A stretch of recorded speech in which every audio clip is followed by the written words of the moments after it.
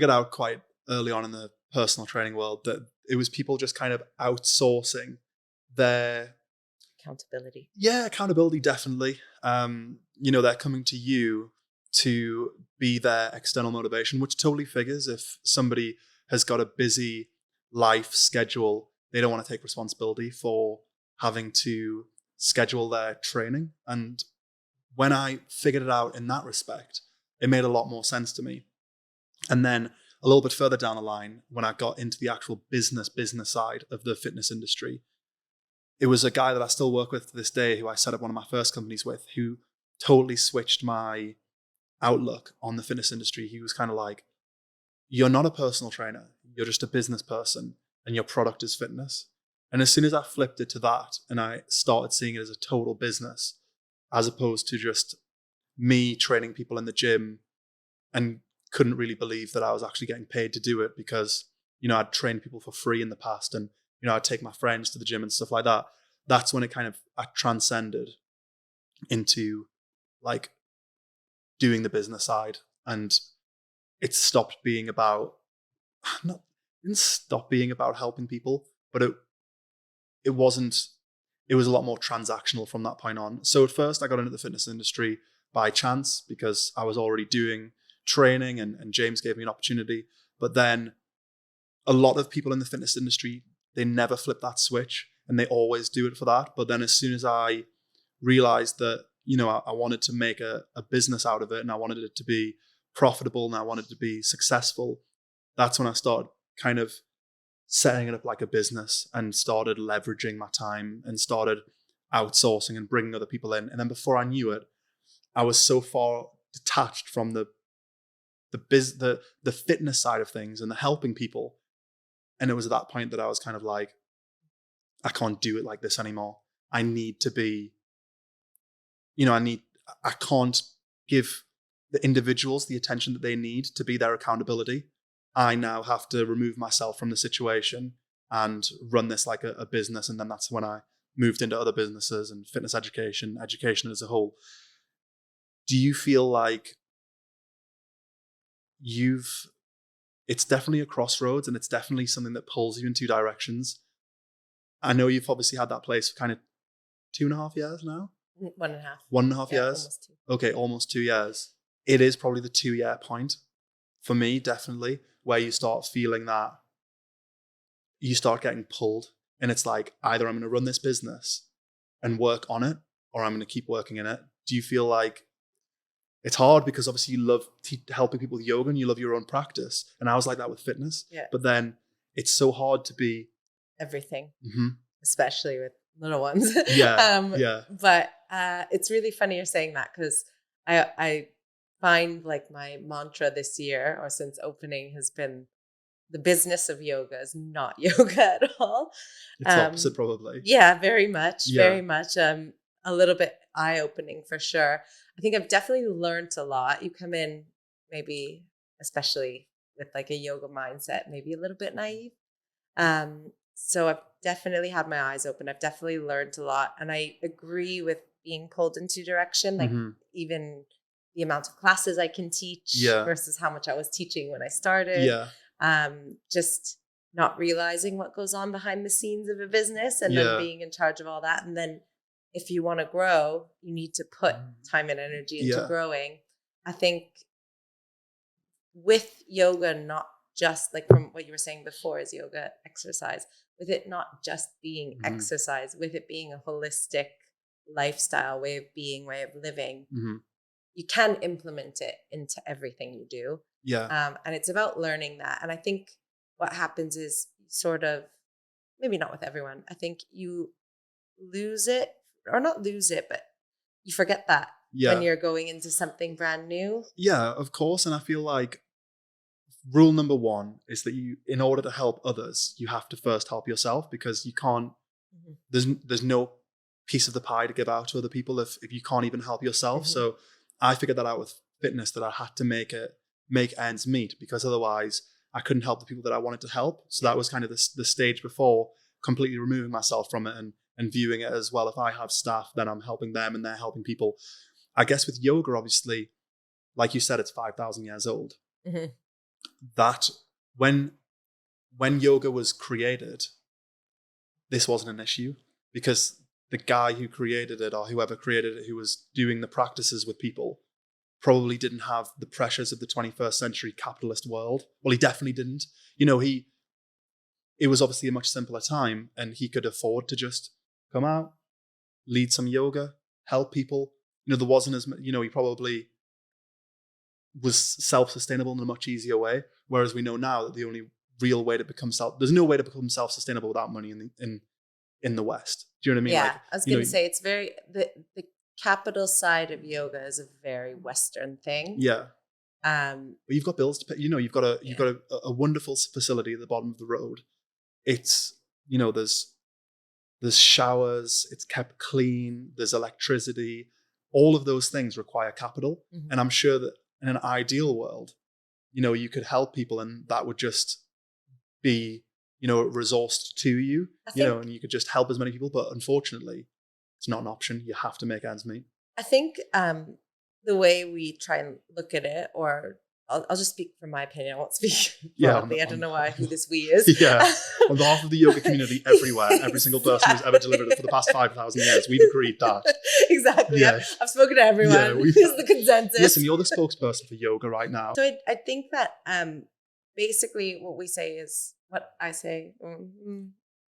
No, I get the it is a community, and there is an underlying ethical process behind yoga. So I guess that you can speak we as a whole. Yeah, I'll try and not bring other people into it, just based on my understanding and my opinions.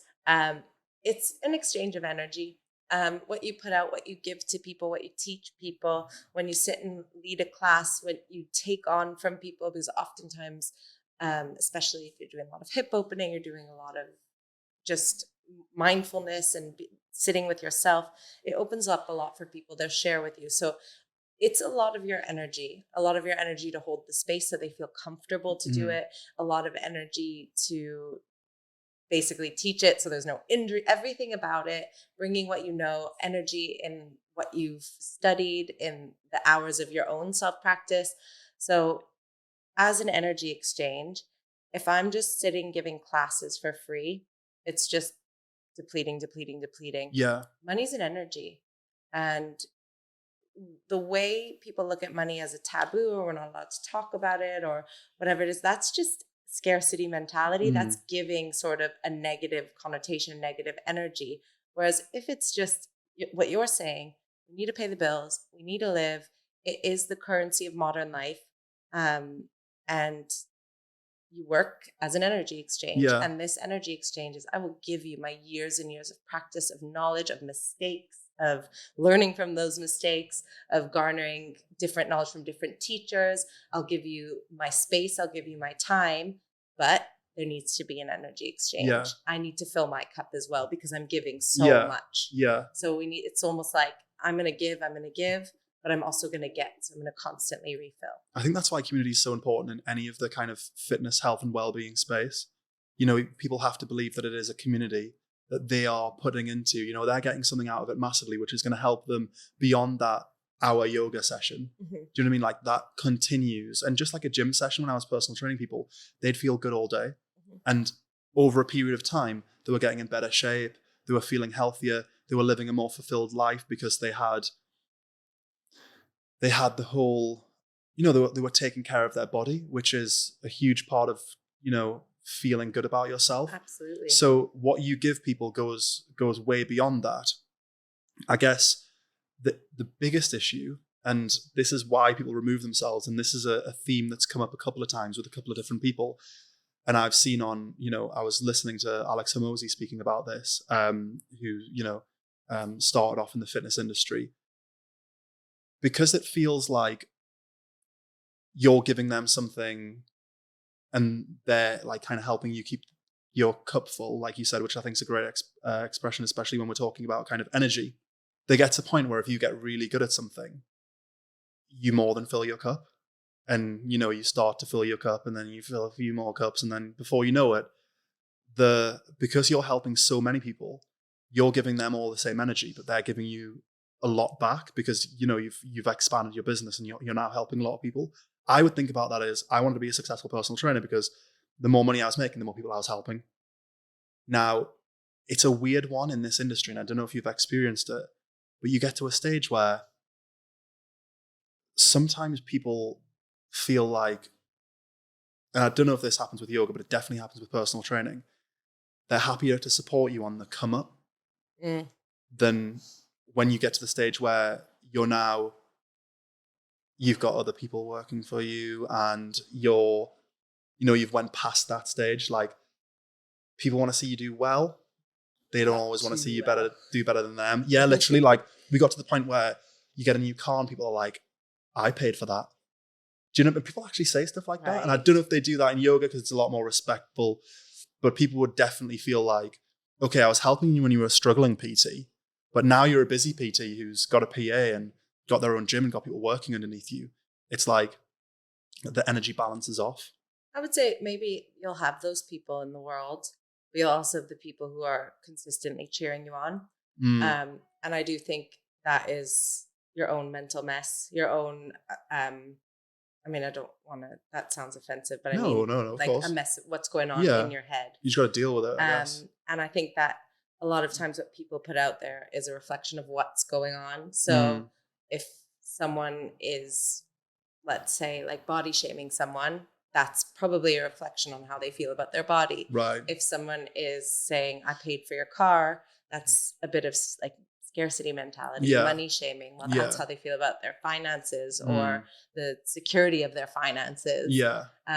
So I think that in any industry, no matter where you work or what you do, fitness, wellness, whatever, if you're a psychologist, anything. Yeah. I just think there's always going to be people that are dealing with their issues and what comes out. I've experienced that. I don't think you don't experience people punching down as much as you experience people dragging down. Yeah. They feel like if you've done something that they want to do, they're happy to drag you down, but you very rarely have people who are in a position that they feel comfortable and happy and content. They don't tend to bother themselves too much with what other people are doing. They're happy that someone else is doing well.